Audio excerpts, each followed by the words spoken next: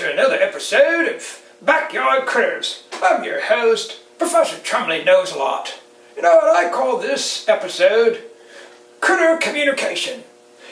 You know, I've often wondered, do critters communicate like we do? You know, talk to each other?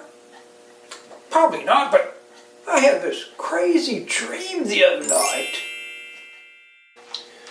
Oh boy, I'm almost there. I can't wait to see if animals really can talk to each other. Boy, this is going to be the discovery of the generation. I just have to plug this in here and clip my microphone on right here. Play the recording I have of these ants and several other critters talking to each other. And, well, maybe. Let's see if I can tune in the right frequency here.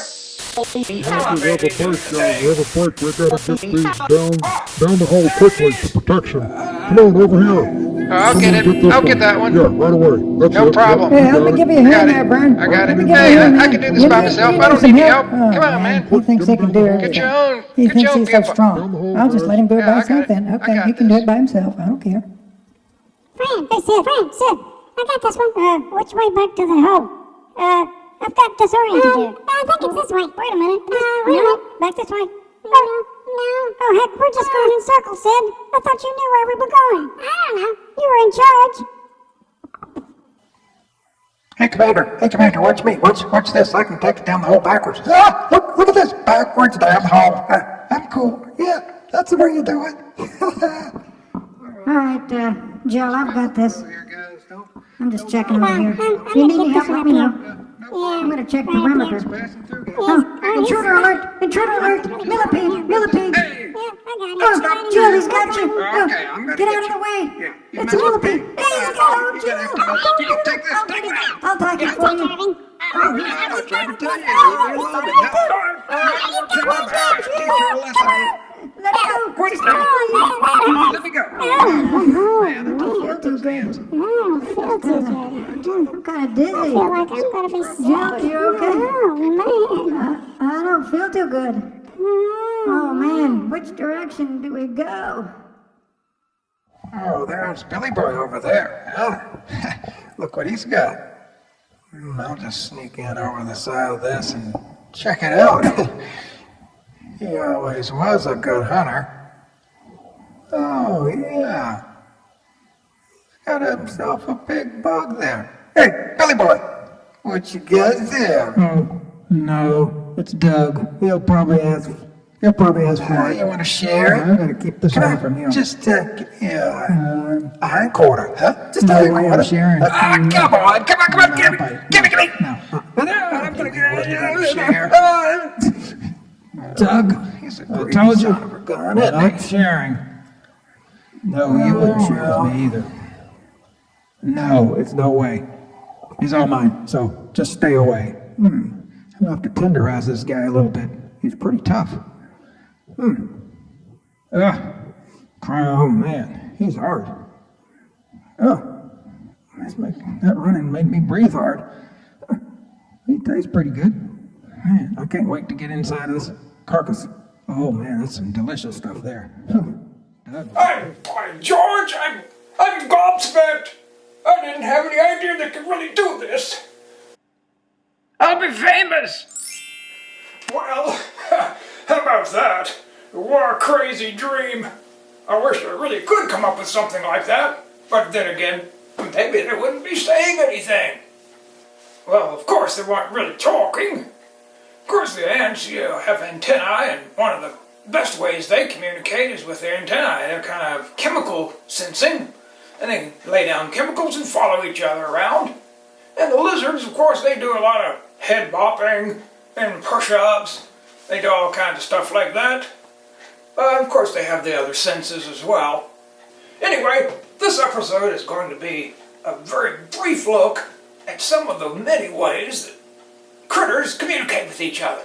Some strange ways, actually. Very different than the way we communicate with each other, but it still works for them. So, let's get into it. Critter communication.